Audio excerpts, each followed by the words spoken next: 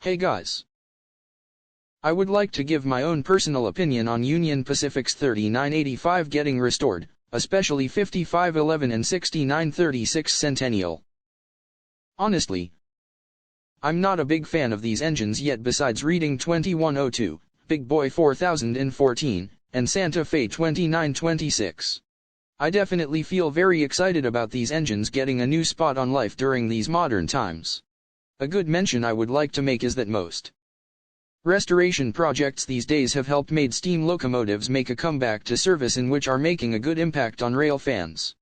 As for myself wondering about this event actually becoming reality, I certainly can't wait to see what these locomotives will do once they are up and running once again after many years since their long-gone retirement.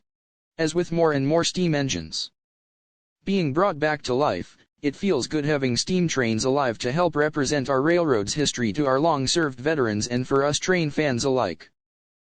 Thank you for watching.